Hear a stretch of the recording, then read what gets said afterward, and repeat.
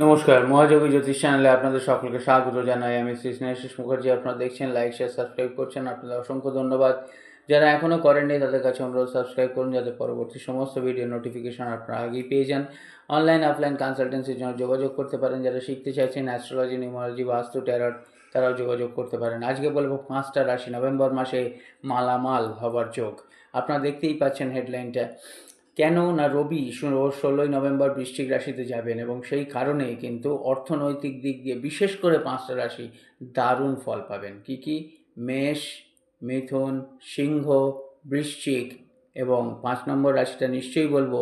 তার আগে একটা কথা বলি, আপনাদের তো মালামাল হওয়ার যোগ আছেই, কিন্তু তার সঙ্গে প্রারব্ধ কর্ম বা তাদের পজিটিভ চিন্তাভাবনা অনেক সাপোর্ট করবে। মিন হচ্ছে 5ম রাশি। লাইক শেয়ার সাবস্ক্রাইব করতে ভুলবেন না। নমস্কার, ধন্যবাদ।